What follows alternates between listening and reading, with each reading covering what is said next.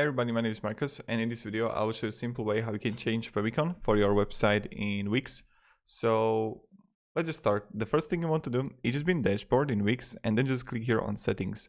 When you're gonna be here, you're gonna see on overview Favicon right here, and you want to click manage, and here you can simply change the Favicon like logo, but what you need to do is just like upgrade to premium plan. Only then that you can like change it. First you have option to have unlimited for entrepreneurs, $12.50 a month. This is like a good price, but this is pretty much how you do it. So yeah, thank you very much everybody for watching. If you have any questions, guys, ask me down in the comments. I'll be really happy to help you and provide you some guidance and stuff like that. And yeah,